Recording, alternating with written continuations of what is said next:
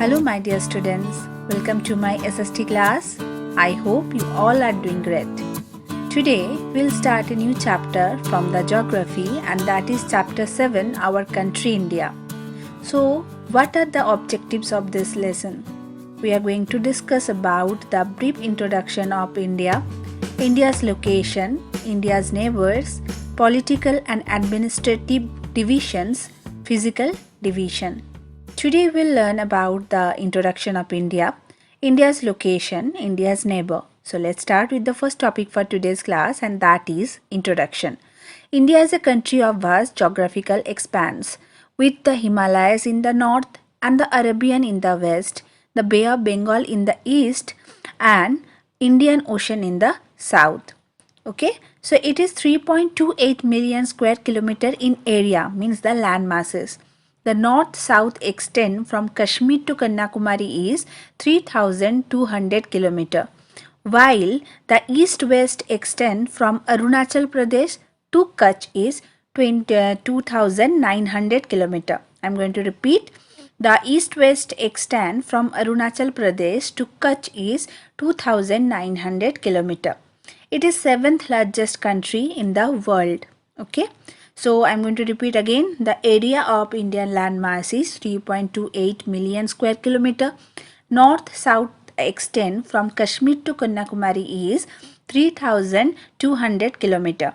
East-west extent from Arunachal Pradesh to Kutch is 2,900 kilometer. India has a diversity of landforms, climate, vegetation, wildlife, language and culture.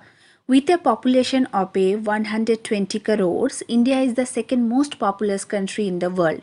According to the 2011 census, you know what is the meaning of census? Means an official count of the people who live in a country. Means Hindi पे हम लोग इसको जनगणना बोलते हैं. So, according to the 2011 census, the population of India is more than 1.2 billion. Although India is a land of many languages and cultures, it is the unity in its diversity that binds its people. Our next topic is India's location. In previous classes, you have read about that 0-degree horizontal imaginary line, which is called as equator, divides the whole earth into two hemispheres, northern hemisphere and southern hemisphere. And vertical line, or we can say the imaginary vertical line, 0-degree prime meridian, divides the whole earth into two hemispheres, western hemisphere and eastern hemisphere. So India is located in the northern hemisphere, and from south to north, India extends between 8 degree 4 minute north and 37 degree 6 minute north.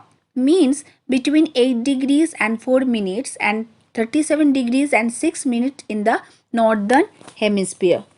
So we can say that India's latitudinal extension is 8 degree 4 minute north, means from Kanyakumari, and 37 degree 6 minute north means up to the Jammu and Kashmir. The Tropic of Cancer passes through the center of the country, and from the east to west, India extends between 68 degree 7 minute east, means from Gujarat, and 97 degree 25 minute east, means up to Arunachal Pradesh. Time changes by 4 minutes for every degree of longitude.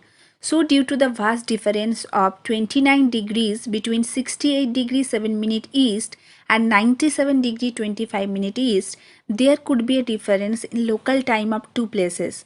That is why the sun rises 2 hours earlier in the east of India compared to the west. To simplify things, since the longitude of 82 degree 30 minute east passing through Allahabad divides the country into two hubs, the local time in this longitude is taken to be the Indian Standard Time (IST), and this longitude or the meridian is termed as the Standard Meridian of India. Our last topic for today's class is India's neighbor. Okay, India shares its border with 7 countries: Pakistan in the northwest, Afghanistan in the north, China and Nepal in the northeast, and Bangladesh, Bhutan, Myanmar in the east.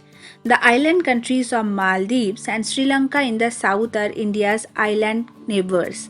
Sri Lanka is separated from India by the bulk state. So my dear children, that's enough for today's class. We will meet in our next class with new topic. Till now, bye, take care and happy learning.